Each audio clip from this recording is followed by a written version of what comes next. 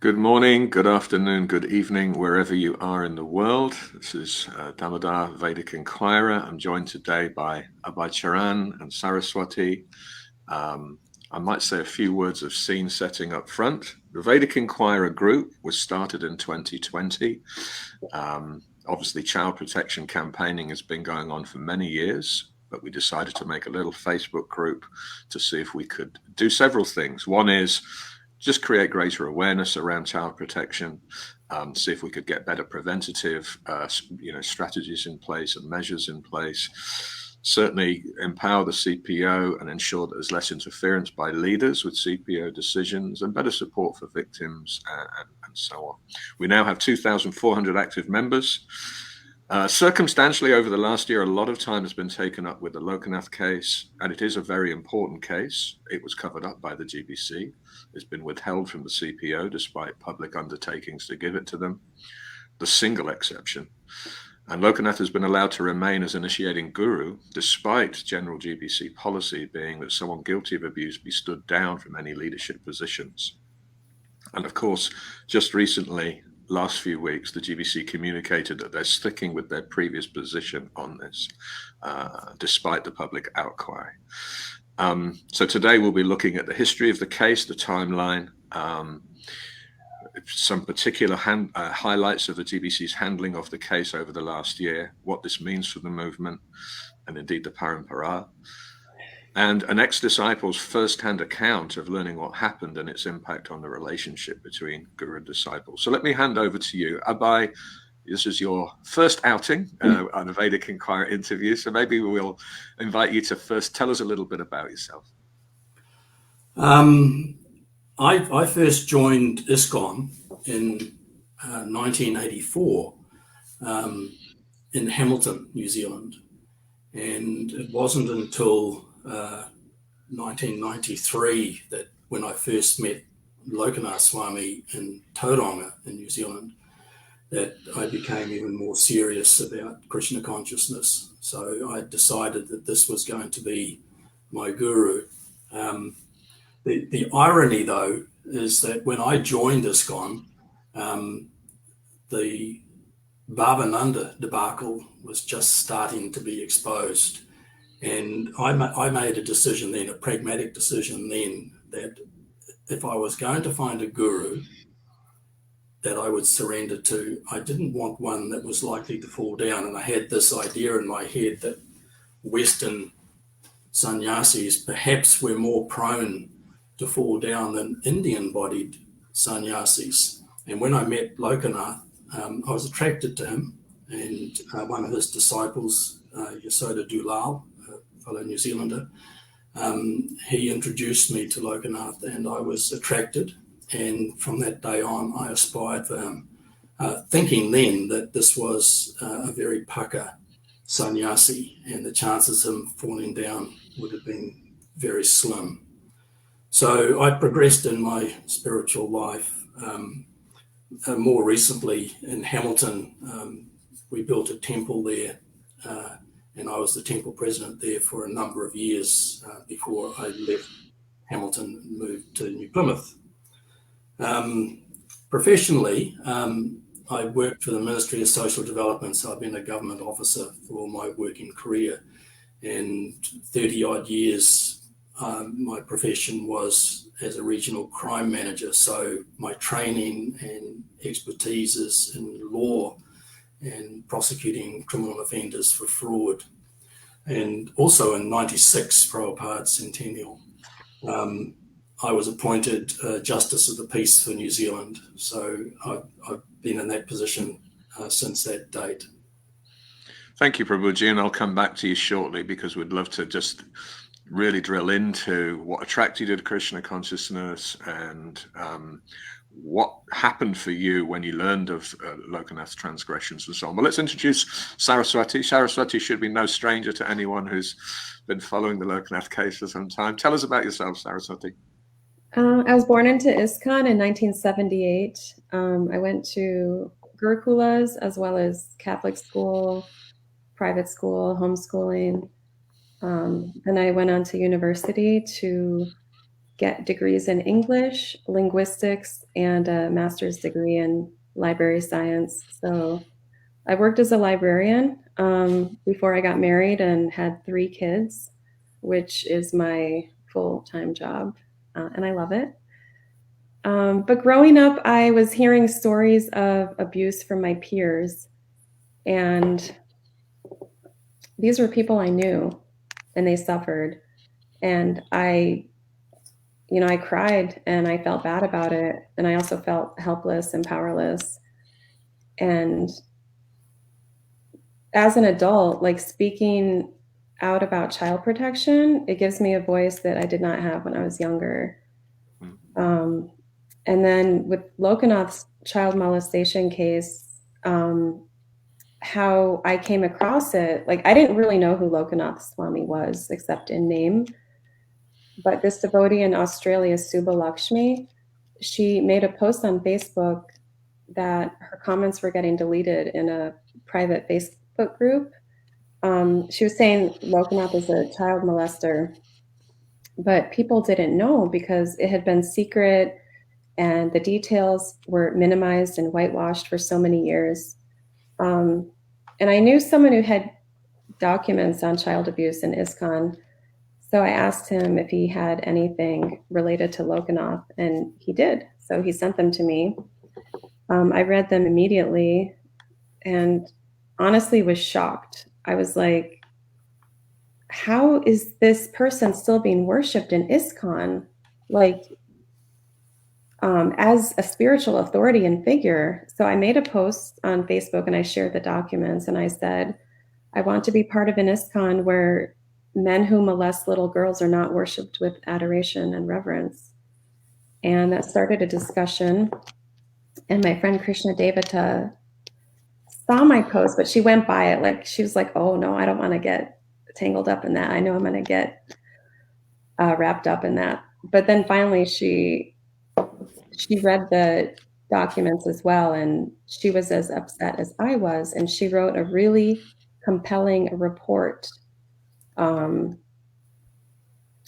just like connecting all the details and like how crazy Lokanath is still being worshipped and he sexually abused a child. How is this possible? And then the North American Leadership Council. Yeah, the council, they wrote up something about how they didn't realize the details of the case. I mean, it went all the way up. So many GBC members, they didn't know the details of the case either. And as the details were coming out, leaders were opening their eyes and realizing something needs to be done. And that's when the GBC, and I thank them, like, thank you for giving this case to the Child Protection Office, because that is who is mandated to handle child abuse cases in ISKCON. But sadly, they took the case away 5 days later with no explanation. And that was a travesty. And it Absolutely. caused a domino effect. And here we are today where the GBC is upholding Lokanath as a guru, and people are shaking their heads. How did this happen? So let's backtrack a little to, the timeline right from the incident in 1990. Yeah. And look at some of the sort of key questions that it still raises. Many of the documents that we'll cite here can be found on lokanath.net. I've put the link to that on the thread. And we'll cite a few things. But why don't we go to you, Saraswati, to just sort of give us the headlines, and from time to time I might just ask some questions and get Abhay's thoughts on these things as well. I'd like to go through the timeline quickly because some people may not be familiar with it. Absolutely. In 1990, Lokanath stayed with a family who graciously hosted him for a week. And while he was there, he took advantage of their daughter. Over the course of a week, molested her multiple times. The worst being, he invited her to read Krishna book to him. She was reluctant, but she did anyway. And he sent his disciple out of the room. And then I'll read what Bajra Narayan said in a 2011 GBC meeting. He said, Lokanath was sitting on the couch with this girl, took his hand, felt her vagina. He moved his hand back after she moved it away and felt her out, as they say. He admitted he was overcome by lusty desires. That's what he told me. That is the core event. And Lokanath replied a little bit later. He said, I am not going back on what you described. So he confirmed what Bajra Narayan said in that 2011 meeting. So in 1990 is when the abuse happened. But it wasn't until 2 years later, although the victim did tell her mother immediately and sister. So the sister, 2 years later, was living in Delhi with her husband, who was in charge of public relations for India. So he was in close contact with Mukunda Goswami, who was in charge of public relations for ISKCON worldwide. And the victim's sister was seeing strange things in Delhi because Lokanath was there with his Padayatra group. I don't think we have time to go into the strange things that she was seeing, but it was weird. So she told her husband, by the way, Lokanath did this to my sister. And he immediately told Mukunda Goswami, who was a GBC member, and the closest GBC member to him. And then after that, in 1993, a 7-person subcommittee was assigned to investigate the abuse. A year later, in 1994, Ravindra Swarup, who was the temple president and local GBC member in Philadelphia, which was the victim and her family's temple, he had a few meetings with the victim and her brother, and he convinced her not to go to law enforcement. And in exchange, he promised that Lokanath would never hold a prominent position in ISKCON again. And we know that was a lie because Lokanath, he now has over 6,000 disciples, and he's featured all over ISKCON media. So Lokanath was suspended for 2.5 years. That was his only punishment. And I say that in quotes because punishment is going to prison, and it's not being told that you have to wait 2.5 years to initiate your disciples. So let's pause there maybe for a moment. We'll come back to the timeline. I think there's a few significant things to explore here. He was invited into that family home on the premise that here is a saintly person that you can trust. And obviously the family, trusted him to be a sadhu, conduct himself as a sadhu. As you said, it wasn't one incident, it was several incidents over the course of a week. And that's the direct abuse of a position of trust. We've several times commented on this previously that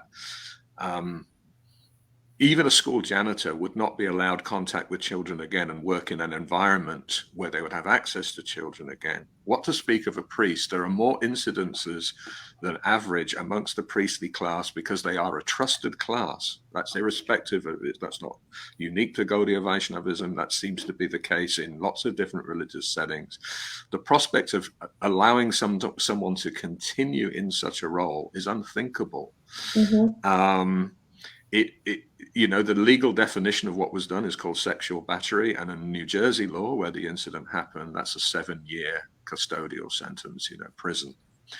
What are your thoughts, Abhay? I mean, you work in crime, detection. You've worked as a justice of the peace, so you have a natural instinct for law. What do you think about what we've said so far?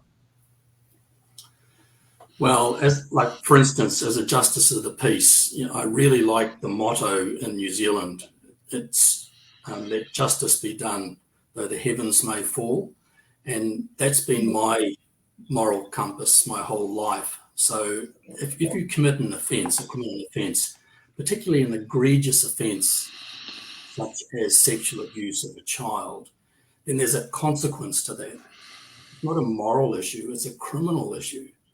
And in the case of Lokanath, he's got off scot-free. And to make matters worse from my position is that it appears that all of my God brothers and sisters have just turned a blind eye to it. It seems to be that people are more interested in preserving his position and the position and reputation of ISKCON by just pretending that it never happened. And I find that incomprehensible. Now, I might explore, because obviously this timeline now cuts across the time that you met him and, as you said, became attracted and so on. Can I go even further back just for a moment? What first attracted you about Krishna consciousness? You know, aren't we like some offbeat Eastern religion? What would it possibly take a professional like you to be interested in something like Krishna consciousness? I was a Roman Catholic, and quite a strict Roman Catholic. And then in my late 20s, I started to question some of the fundamental beliefs of Christianity, eternal damnation and thought crimes, and so many things that were inconsistent. What you could possibly do that was so egregious in this lifetime to warrant eternal damnation, to burn in the fires of hell for eternity. So I started looking at alternatives. I looked at Buddhism, I looked at so many different religions, and then just by chance, there was one cafe in Hamilton that I used to go to, and they had a whole lot of Back to Godhead magazines. In those days, you found them all over the place. So I started reading these magazines, and that's where I first encountered Krishna consciousness. Then I corresponded with the devotees, and one devotee, Siddhi, the Prabhupada disciple, he visited me in Hamilton, and I bought a Bhagavad Gita from him, and I read Bhagavad Gita. And that's how it consolidated in my mind. And I've been very satisfied with this philosophy. It's a perfect philosophy, reincarnation, karma, all the rest of it. So that's how I transitioned from being a Roman Catholic into Krishna consciousness. And you mentioned that you joined just prior to the Bhavananda thing kind of blowing up. It seems like your faith wasn't at all deterred by that sort of coming to light. Well, I compartmentalized it, really. The interesting thing is that when I joined in '84, and over the next couple of years when Bhavananda was exposed, the devotees, some of them who knew some of the facts about the abuse, the sexual abuse that Bhavananda had been engaged in, they were encouraging me to take Diksha from Bhavananda, because he was a zonal acharya, you'll recall, in those days. So you didn't have a choice of going somewhere else. It was Bhavananda or nobody. So the devotees in Auckland, they were encouraging me to, why don't you just take Diksha from Bhavananda? He's perfect Vishnupad. He was a great kirtan leader.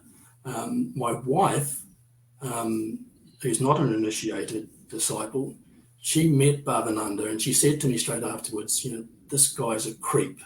I don't know how she knew that. I didn't have that perception at all. But she said to me afterwards, this guy's a creep. There's something definitely wrong with this guy. So I wasn't attracted to take initiation from him. Now, you said that when you sort of encountered Lokanath around 1993, which of course was around the time that the GBC were becoming aware of these problems, you finally thought, now I've found somebody who is a reliable ambassador of Krishna consciousness and so on. You made a formal approach to become an initiated disciple at some point? Yeah, in those days, prior to email, I corresponded by snail mail with Lokanath, and he accepted me as a bhakta, an aspiring disciple, and we forged a relationship. He didn't have that many disciples in those days, probably less than 400. So he was more accessible. And I was really keen. I really loved this man, this sannyasi, this guru, spiritual master. And you were given reasons why your initiation couldn't proceed immediately. As Saraswati's mentioned, there was a 2.5 year restriction placed upon him, but you weren't told that was the reason for the delay. No, I went to India the end of 1994, and I, with the express desire to take formal initiation from Lokanath. So I went to Delhi and I met with Lokanath Swami at the Centennial house that he had set up at that time. He was the leader of the celebrations at that time for Prabhupada's Centennial in 96. And I asked him there, in fact, I found one of my old diaries. It was the 3rd of December, 94, that I met with him and talked about initiation. And he said to me then, look, I'm not initiating any disciples at the moment. I want to save all the prospective initiates until 1996 and make an offering to Prabhupada. He wanted to have at least 100 new disciples, and that would be an offering to Prabhupada. I think there were a number of things that ISKCON was planning, 100 or more different things that they were going to offer in that year. So that was the reason that he gave me, that he couldn't give me Diksha in Delhi when I was there in 94. And of course, it would have sounded plausible. So at some point, you subsequently found out the real reasons. What was that experience like when you subsequently learned of what had actually happened? That was on the internet. There's some quite offensive group, PADA, P-A-D-A, and they were exposing different things that were happening in ISKCON. And then it came to my notice that there was this allegation of sexual abuse perpetrated by Lokanath, and I thought, well, this can't be right. There's so many crazy things you read on the internet, so I didn't accept it at all. So I made inquiries about it and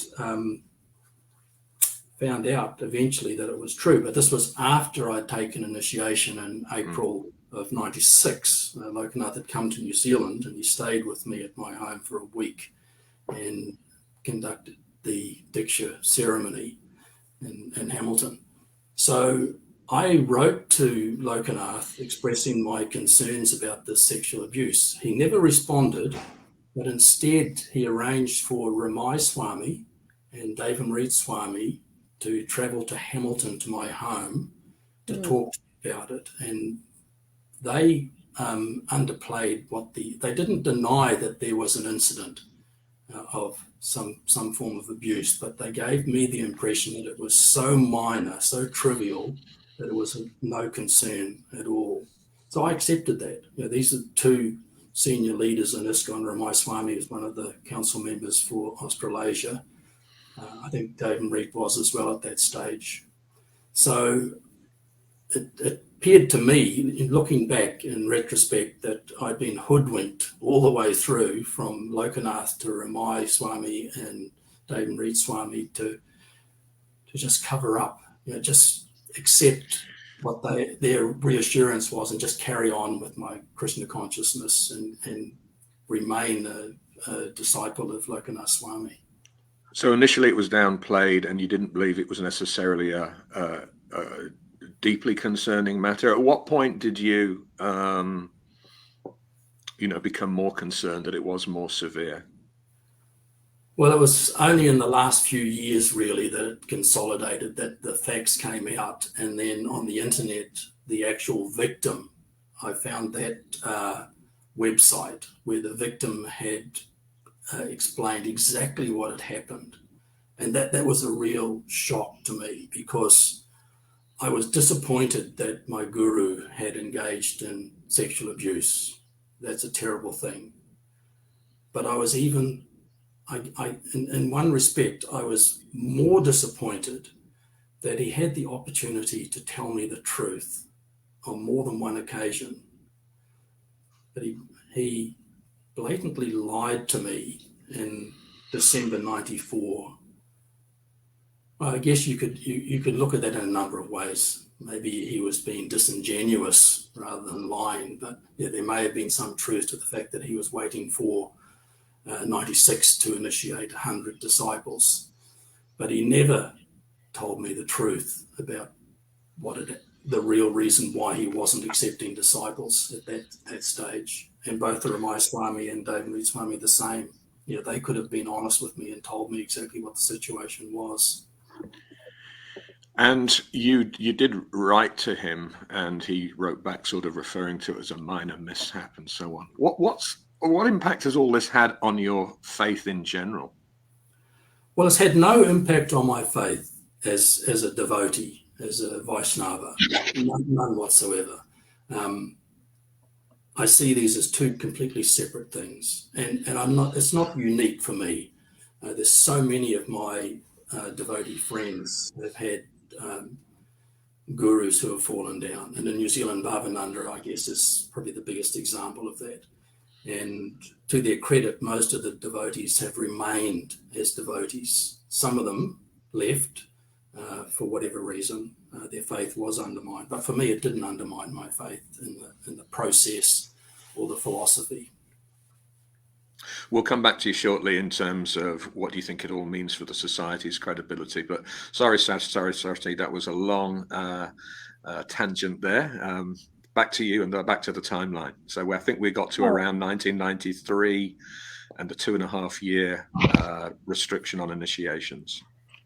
And then I had mentioned in 1994, Ravindra Swarup asked the victim not to go to law enforcement. And then 96, Lokanath resumed initiating after a 2.5-year suspension.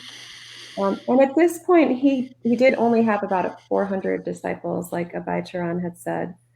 And the GBC really should have removed him as a guru at this point, because now he has about 6,000 disciples, many of whom do not know that he molested a child. And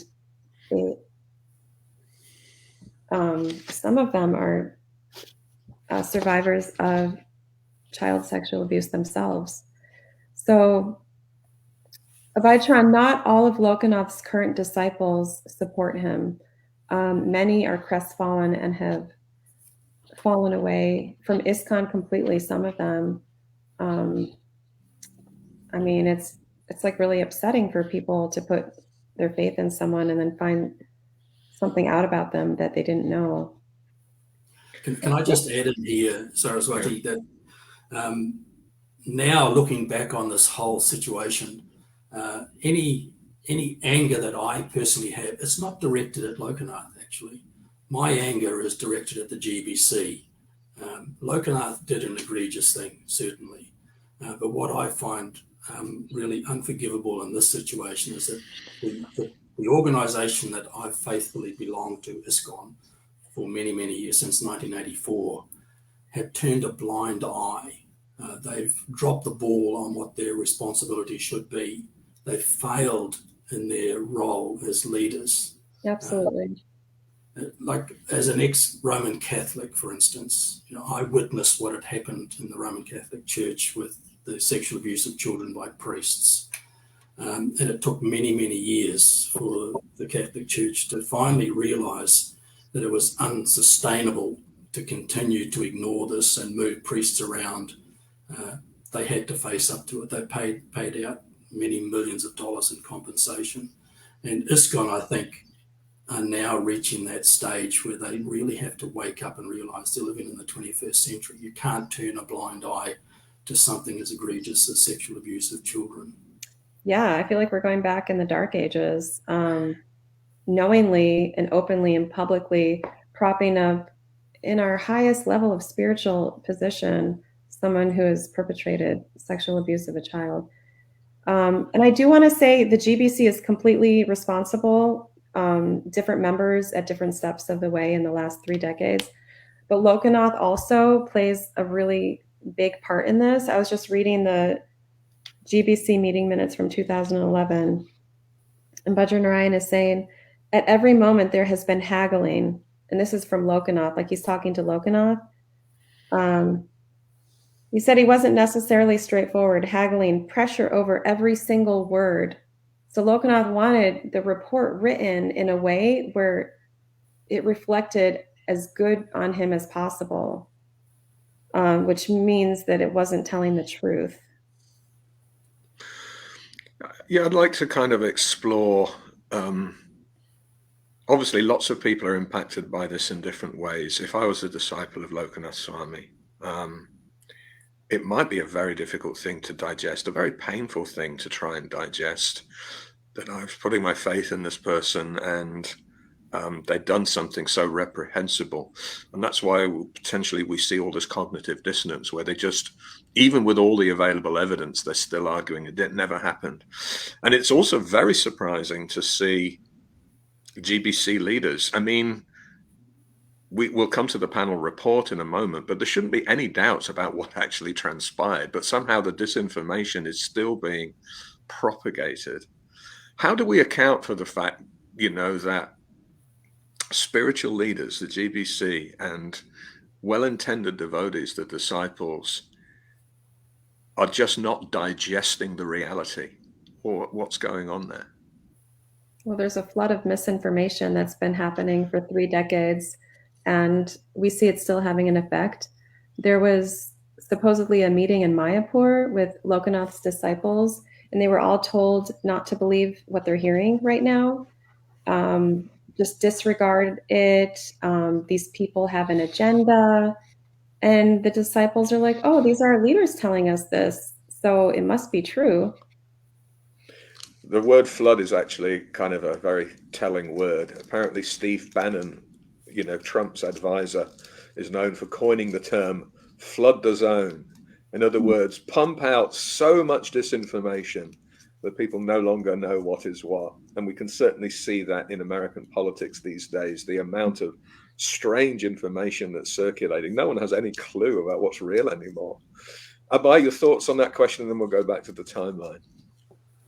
No, I agree with Saraswati. It's just inexplicable to me how these things have developed in ISKCON. And I'm just hopeful that one day I'm going to wake up and the GBC will find its moral compass and start putting things right. We thought that had happened last year in May when they said they were finally going to give it to CPO. So it was terrifying to see that essentially some threatening seems to have got them to reverse their position. Anyway, let's go back to the timeline, Saraswati. Sure. In 1998, ISKCON established their Child Protection Office, which was huge. And they investigated all past child abuse cases that were known, even cases that were more professionally handled than Lokanath's case. But for some reason, they would not let Dhir Govinda handle Lokanath's child abuse case.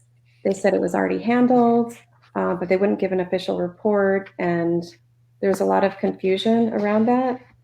But Dhir Govinda did try for years because he served as the director for 6 years. He was trying to handle that case just to give like an official CPO decision, because when the CPO makes a decision, it stands and it's lasting. As an example, the GBC tried to handle Lokanath's case in 2012, saying that he was restricted from anywhere outside of India. But then 5 years later, they changed their mind. So if you compare that to the Child Protection Office, they can't like change their mind about a decision. Once it's there, it's set. Like you can't change it. So that was in 98. Oh, you're going to say something? Well, yeah, and this is the sort of consistent quasi-legal logic that's been given. So even in the panel report, we hear, oh, well, it's already been tried and there's no new evidence, therefore, job done. But the fact is, all the way along, it's actually been evading due process.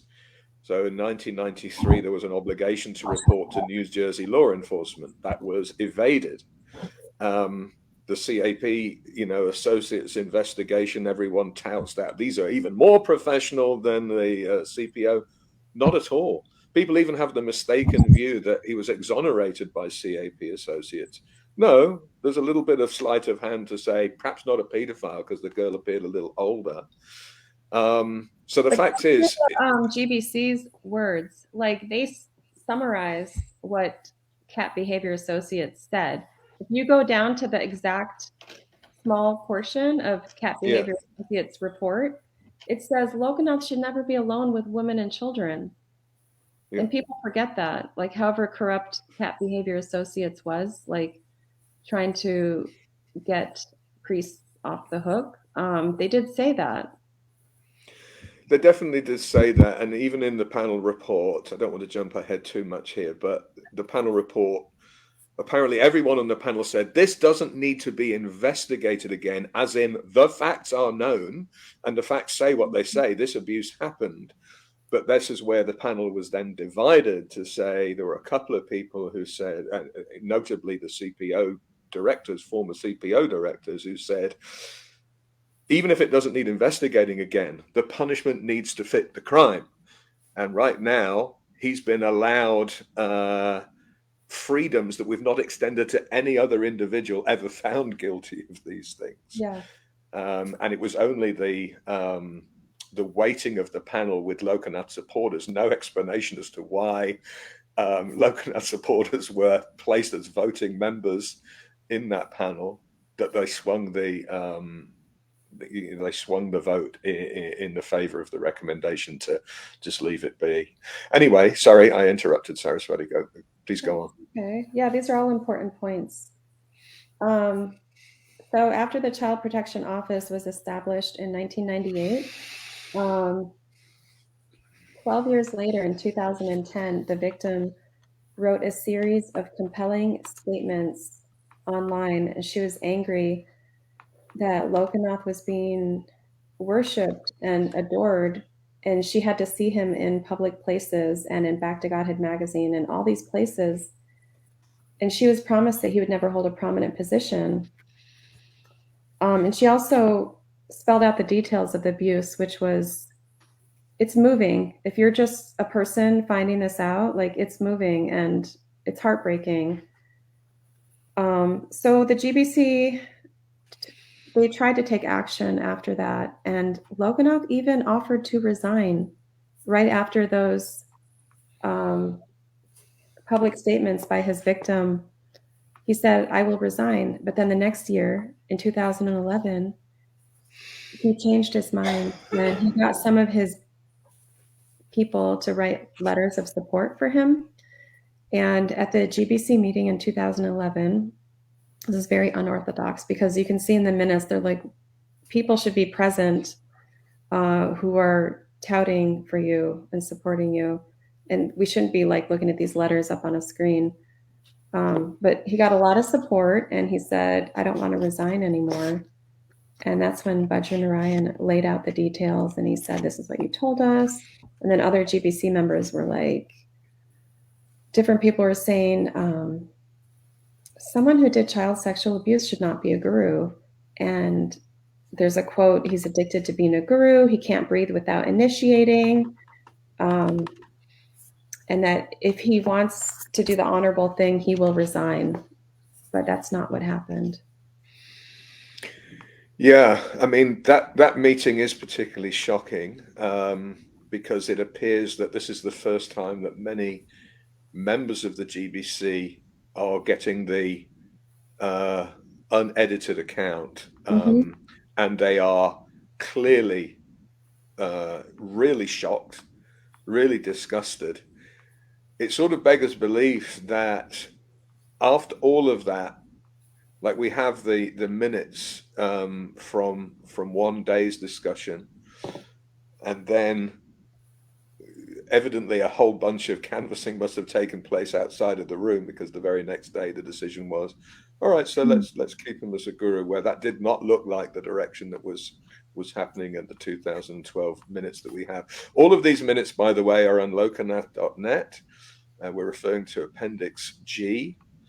And I think it's kind of interesting that the GBC didn't release these appendices. We've had some thoughts about why that might be, because it certainly does reflect poorly on the GBC, because it lets everybody know what they knew, when they knew, how many of them were involved in the co-authoring of admission letters, and all of the games that were going on to try and sanitize the letters of admission.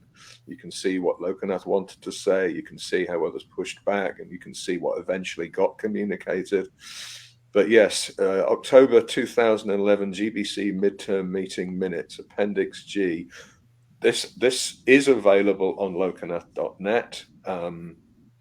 What the GBC have to realize is, despite their efforts to try and contain all of this. It's the internet age, and so even people on the GBC are leaking the information out. So even if they don't feel they can hold sway in the sessions, all the information is out there. It's all in the public domain. For someone to argue they don't know what really happened, you'd have to be in this age willfully ignorant and ignoring key information that is available. Anyway, sorry, back to you, Saraswati. Abhay, feel free to chip in at any point if there's other thoughts that you'd like to make. So 2012, the GBC secretly placed restrictions on Lokanath, which is almost virtually the same as what happened right now. Like, he can't go anywhere unless he's specifically invited. And then 5 years later, in 2017, the GBC lifted all those restrictions. And then in 2019, just a few years ago, Lokanath did a North American tour, and different members of like child protection devotees in ISKCON, they're asking these different temples, please don't invite Lokanath. He's a child molester. And they were like, well, where's the CPO decision? So it's like a catch-22. There's no CPO decision. The GBC won't give the case to the CPO because they don't want Lokanath removed as a leader. That's the bottom line. And while he was on this North American tour, he initiated a child, and it was proclaimed as, oh, the youngest disciple ever. It was like the headline of the video that was put on YouTube. And the child was 13. It was in the ISKCON Alachua temple room. And most of the devotees in the temple room didn't know that Lokanath had abused the child, and that cat behavior associates said he should never be alone with women or children. And coincidentally, the year 2019, when he did the North American tour, is also the year that New Jersey changed its statute of limitations, making it possible for the victim to sue him. So here's Lokanath boldly coming into North America right when the statute of limitations are lifted, and he's liable to go to prison. Like, I don't know, that's crazy. Yeah, so it is one of those things that's kept coming back and won't go away. And I often sort of muse that if the GBC think they've now settled it for all time because they've put a panel in place, they're kidding themselves. I think that almost brings us up to date, doesn't it, Saraswati? Like, it somehow blew up again around April, May of last year. Yeah, April of last year. As I mentioned earlier, I shared the documents, and Krishna Devata, she wrote the report. Also, I just want to mention, if I'm saying anything wrong or that's false, please feel free to comment. I'm not perfect, and I do the best research I can, but if I'm saying something wrong, you can comment, and I'm happy to talk with you about that. Well, so I'd like to get Abhay's view. So as we know, initially, and I think you mentioned this earlier, Saraswati, North American Leadership Council said, okay, we hear you. They read Krishna Devata's dossier that you mentioned, Saraswati, and you'd written to them to, ask them to do something. And they initially said, although we feel that a good faith, decision was made in the past, clearly not referring to CPO was a wrong decision. We're now going to refer it to CPO and so on. And 3 days later, the GBC Executive Committee confirmed that. I think it was May the 11th, 2021. CPO did, in fact, receive the full dossier. And then, as we say, secretly, 5 days later, after, as we understand, some pressure was exercised by ISKCON India's leadership, the case was secretly withdrawn. And I think around July, August, we heard that a panel was going to be set up. Now, Abhay, you have a professional background in law. What do you make of this panel as a way of somehow circumventing the CPO as an alternative, even though ISKCON set up a CPO, it's been withheld from CPO yet again, and we've set up this panel. What do you make of that, just looking on as someone who works in the legal fraternity? Well, from a legal point of view, it was just a device set up with an intended outcome, and that was to protect, like, this is my personal observation of this. It was set up to protect Lokanath, and by protecting Lokanath, to protect ISKCON, the institution. So I wasn't surprised at all about what the outcome was going to be. Whatever system they were going to put in place to make a decision on this, I didn't have any faith at all that they were going to make a decision that would remove Lokanath as both a guru and a sannyasi. Because we all understand as devotees what the standard is for a sannyasi, or a devotee for that matter. Haridas Thakur Jr., for instance. There's so many examples, and the standards that Prabhupada explained many, many times about sannyas. I just can't understand why the GBC just won't make the right decision, which is to remove Lokanath. He's a real liability for ISKCON, and I think as time plays out, this will manifest. And of course, you know, as we were saying, with the nature of the internet age, there was the leak of Bhakti Chaitanya Swami indicating his intent to set up the panel. I think all of us at that point developed some deep concerns about what would in fact transpire. And then the constitution of the panel, I mean, 5 members, some of them with legal backgrounds and child protection backgrounds, but 2 of them clearly already avowed supporters of Lokanath Swami, given voting privileges. I mean, at that point, it became fairly obvious, as you say, that the whole thing was a setup. What do you make of? I watched that whole YouTube of the Indian Yatra leaders. I cringed all the way through it, listening to different devotees, senior devotees, speak in support of Lokanath and expressing their outrage that I think that it became almost a West versus East, that the non-Indians were trying to remove their favourite son, Lokanath. It was just so disappointing to me to see leaders in ISKCON take such a bizarre stance on something that was morally reprehensible. If we go back to what prompted you to even get involved, Saraswati, that you were alarmed to learn that here was someone who had molested a child. It was known that he'd molested a child, and yet he was still allowed to act as a guru with impunity, and that seemingly the whole movement was okay with that, or at least the leadership of the movement was okay with that. Now we have the DBC essentially doubling down on that decision and saying, no, we stand by that, you know, that nothing wrong here, keep moving along, and so on. What do we make of just the general idea of precedent, and what do we think this now means for the Guru Parampara, that, you know, ISKCON, who has made it, you know, the leadership who has made itself in the business of approving gurus, have continued to ratify and approve the legitimacy of someone that's known to have abused a child? What do we make of that?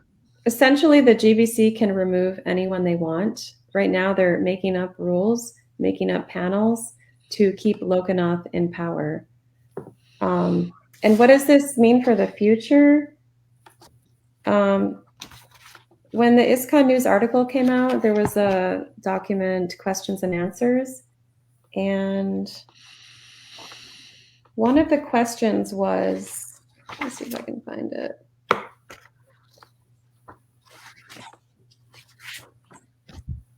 I can't find it. It was basically, oh, I think I know what it was. No. It was like, does this mean a child abuser can be a guru in ISKCON? Yeah. I mean, yeah, now it does. And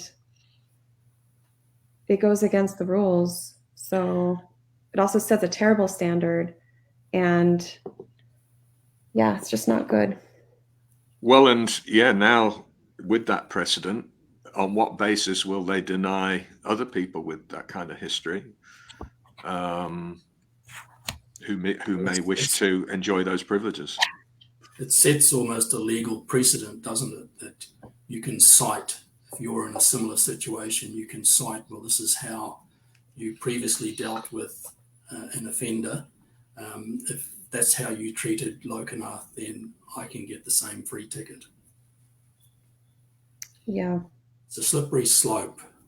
And that's why I strongly believe that the GBC should take a very strong stand on this. Well, and it also sets a precedence that the GBC can be strong-armed into making whatever decision people who make threats want. And so the threat, for instance, of India's secession hasn't disappeared. It's a card they can play multiple times. And now, in fact, you know, the old Margaret Thatcher saying, we never negotiate with terrorists. Yeah. Well, in fact, you know, we've basically empowered terrorists now to say, anytime you don't like a decision, guess what? Lean on us, threaten the unthinkable, and we will give you exactly what you want. They, so that's really, you know, a terrible thing. Saraswati, were there other things that you wanted to discuss besides the timeline? Were there other? Yeah, the panel members consulted a lawyer, Justin Starr, which his findings or advice was mentioned in the appendices, which ISKCON News did not share with the report. The report is 71 pages long, but throughout the report is referenced different appendices, like Appendix A, Appendix B. So if you read the report and you don't have the attached appendices, the report doesn't make any sense because you don't know what to refer to, like what they base their information on. But it is on lokanath.net, the appendices, if anyone wants to see it. So this attorney, Justin Starr, he wrote back to the panel members and he said, Lokanath committed the crime of sexual assault, which carries a presumptive penalty of 7 years in prison. He also said there's no statute of limitations for this crime. Lokanath could still be arrested and prosecuted in New Jersey. Lokanath also faces civil liability to his victim. So he could be arrested and put in prison, and he could also be sued in a civil case. And then Justin Starr went on to say, if Lokanath were to engage in similar misconduct in the future, ISKCON would face a significant risk of civil liability, including punitive damages. Well, Lokanath is currently being investigated for a credible rape allegation. So this says, if Lokanath were to engage in similar misconduct in the future, Lokanath is being investigated for a second sexual assault. And the lawyer didn't know this when he wrote this, but the ISKCON leaders knew because they knew 4 months ago when the rape allegation was brought forth. And during the rape investigation, they pronounced that Lokanath can still be a guru, and they're promoting him and endorsing him as a spiritual leader, which is what the attorney said, don't do. He said, what else did he say? He said, we recommend that ISKCON not place Lokanath in any position where he has access to children as part of his responsibility. Yeah. And also, in your shoes, our primary concern would be the fact that this situation increases the future risk of liability if ISKCON does not handle it properly. There you go. Yeah, so even that legal opinion was essentially ignored or disregarded. I'm mindful that we probably want to keep this to within an hour or something, but I would love to explore with your, you know, legal training by some of the arguments made in the panel report. I'm just having a quick look through now, but we might do this as a follow-up. So this is from the panel report, page, can't see the page number. Yeah, we go, 27. So 1993, a committee of 7 GBC appointed members heard from both sides procured an analysis and risk assessment from 3 experienced and qualified professionals at CAP, Child Abuse Prevention Behavior Associates, and then made a decision. Viewed from the perspective of a GBC disciplinary action, this process was substandard. So the panel were basically saying, yeah, this was not up to muster, in that the committee made the final decision rather than making a recommendation to the entire GBC. It actually only came to the GBC's attention in 98. Until then, it was all suppressed. And the full gory details were actually only known to the GBC in 2012.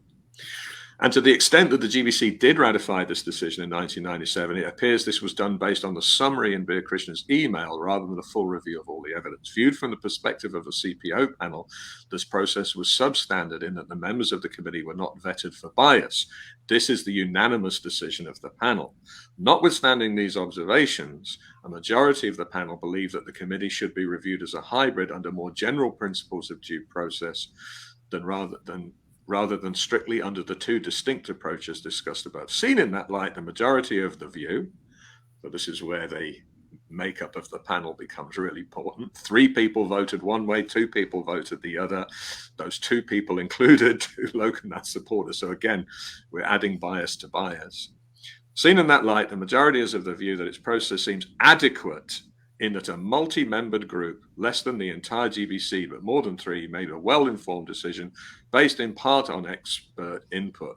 The majority therefore concludes that the earlier process was fair and that this consideration favors closing the case. And then they go on. The dissenting view is that this is based on fallacious reasoning, as the committee was not firstly vested with the authority to make a decision, and secondly, the GBC, not having been placed with the full facts by the committee, was placed in an insidious position that resulted in the ratification of the recommendations, further compounding an unfair process. Accordingly, the process was not fair. The dissenting view wishes to emphasize that the committee could not have been the final trier of fact. GBC adjudications on misconduct cases are almost always decided by the full GBC after input. Anyway, so at some point I would love to go through all of that, because the panel report actually makes the whole thing even more murky and even more, worrying, despite the best attempts to dress it up with legalese, because even a layperson like me can see the attempted sleight of hands all the way through. And at least we have the benefit of seeing those dissenting voices calling out for, the perversion of justice that's going on. We encourage everybody to read these documents. As we say, they're all available on lokanath.net. Even the GBC have shared the panel report, but as we previously mentioned, withheld the necessary appendices with all the base evidence. Summing up thoughts as we're approaching the hour. Abhay, any closing thoughts at this point? We might invite you back, of course. Yeah, just one thing I wanted to mention. All government agencies or prosecuting agencies worldwide, they separate the investigation from the decision to prosecute. There's always a completely separate objective group. Like in the UK, they have a separate government department that decides on police investigations whether it will be prosecuted or not. And the same applies here in New Zealand. It certainly applied to when I was working for the Ministry of Social Development.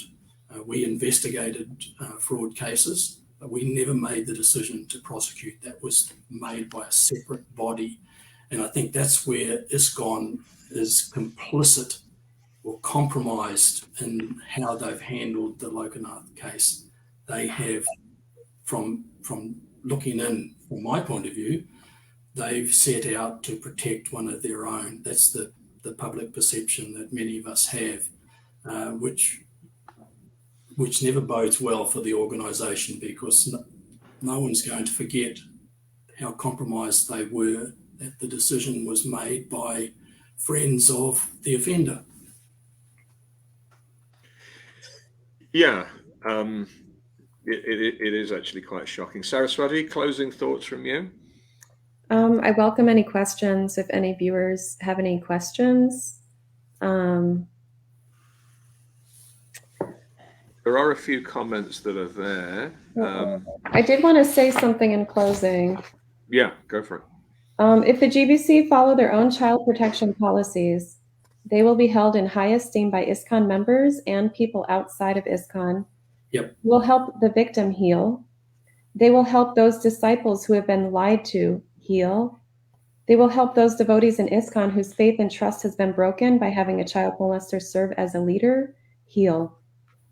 Everything gained.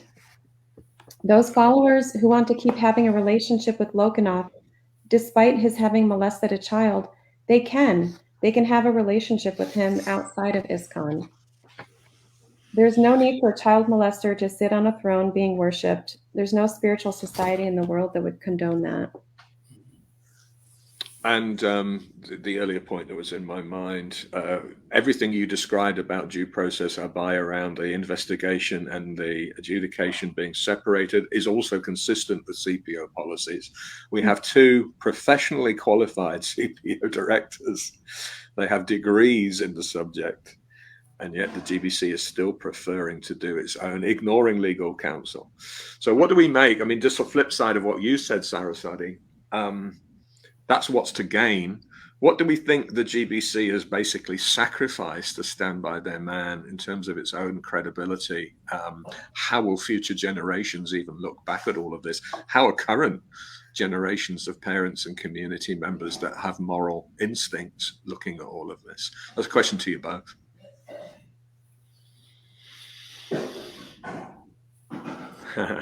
Well, Why do you want to go for it? Yeah, go for it, Saraswati.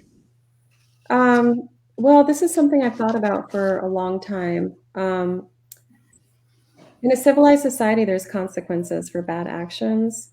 But when you let that person slide with no consequences, especially someone who's perpetrated child abuse, it tells the families and their children that it's okay for someone to abuse the children. And when the children are abused, they're going to be fearful to come forward. And they're going to think, why bother? Because there's not going to be any consequences for their abuser. It just creates this culture and society where there's like a lack of trust and there's lack of consequences for bad actions. Yeah, so it's a horrible precedent, and despite the GBC, hey, we've come up with a we won't interfere in the future resolution, so everyone should now be content. But the fact is, they've also set the precedent now that if you're too big to fail, the GBC will allow you to continue. So look, I want to thank you both for being present today. Let's just have a quick scour of the comments. I don't know if you would like to, I don't know what I just did there. Okay. I don't know if either of you would like to pick any of those that you would wish to comment on. You can presumably see them and then we can flash them up on the screen if we needed to. You can just go through each comment and then if we have anything to say in reply, we can. Okay. Someone very supportive of your library involvement. I'm just giving the reference to the Lokanath information. Sharing some background. I too was brought up a Roman Catholic. There we go. So this is one of your fellow devotees, I think, in New Zealand. Yes. Sort of challenging you, Abhay. How come, you potentially were economic in your prior sharing of such information? Well, we all had faith in Lokanath at that time. This goes back many, many years when Lokanath Swami came out to New Zealand for Padiyatra. There were a number of Padiyatras in New Zealand, at least one of them that I attended in different parts of New Zealand. But we were completely in the dark at that stage about the history, this sexual abuse history. Yeah, and I think you said that it wasn't probably. He was referring to someone Abhay mentioned. Oh, okay. I apologize. Yes, I'm so used to people not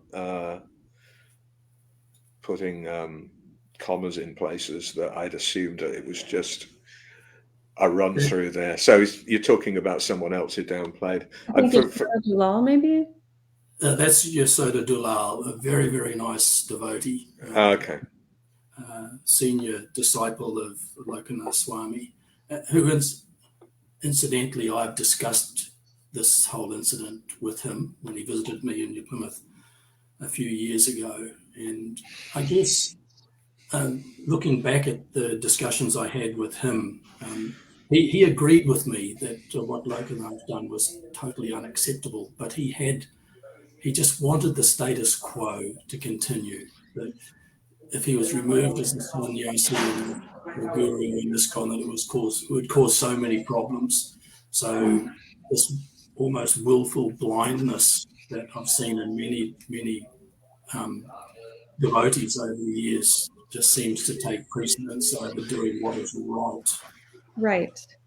Yeah, kicking the can down the road. This is very uncomfortable. Let's see if we can get away with hiding it. And of course, the reputational damage is only compounded because now not only did it happen, but we actually willfully covered it up and concealed it. And now we're also implicated in falsifying. Yeah, it's a real problem. It's unfortunate the GBC, you'd think by now they would have figured out not to do this, but this is certainly not going away. It's going to rehatch itself at some point in the future, and now it's compounded by the further mishandling of the case. We'd have to track back and find out what that excellent point was that you were making at that point. I remember I said Lokanath was equally responsible for minimizing the details and offering to resign and then not resigning. And certainly if you read the several iterations of the confession letter, you will see the constant attempts to come out of it looking good as opposed to really fessing up. Yeah, he often likes to paint himself as the victim, which is, it's like, no, you're not the victim. Well, it's a classic, well-known thing called Darvo. Let's see if I can remember something about redirect victim and abuser. Distract, attack, I forget exactly now, but there's a well-known response from abusers whenever it comes up where they try to reverse the victim and offender. I made the point at some point that ISKCON set up the CPO purely because it had its feet to the fire in terms of the Turley case. Not sure who this was from, but I think it was the GBC members. They were shocked in the 2011 meeting, but not enough to do anything. Then we have, this is Sanaka. Creating the further exception, it really gave it obvious.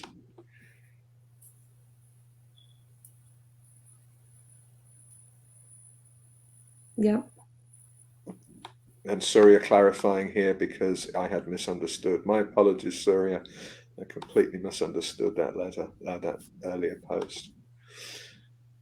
Cool. So that's all the comments. As I say, I'd love to have a session just on unpacking the shonky logic used by the panel. As I say, we're fortunate that the dissenting panel members, the two, as it happens, child protection directors, they've left enough breadcrumbs in here that we can actually see precisely what kind of travesty is taking place. I'll just read another little passage by way of closing.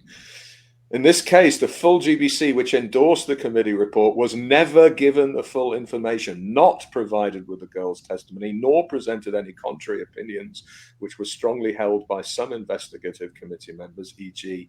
Badri Narayan and Jasoda Devi. In amplification of another point raised above regarding GBC process not having excluded any potential bias, it must be noted that neither the committee nor the GBC could be considered objective adjudicators. Lokanath Swami, as GBC minister, sannyasi and guru, attends every GBC meeting and is good friends with many members. At minimum, there is the appearance of conflict of interest with many investigators and the GBC.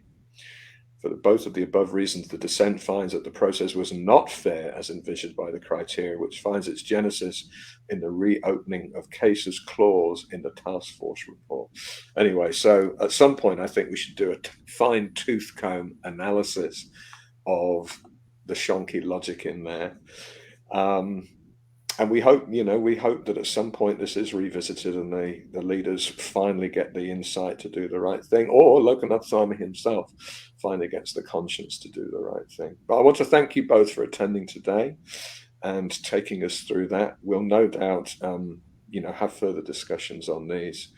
A big thanks to both. Chance to make any final comments? Otherwise, we will bid everybody good evening, good morning, and see you again soon. Well, I was hoping there'd be some questions, but I don't see any. Okay, thank you both. Oh, what? I think what we'll find is we've had about 6 or 8 watching live. My experience is a lot more will watch in due course. When it goes on YouTube, I think that first one was viewed 6,000 times or something. So there may be delayed discussion, even if there's not many people who actually join us live. Okay, thanks everyone who joined us live. Thank you, Damodar and Abhay Charan. Thank you. And please stay on. Ending broadcast now.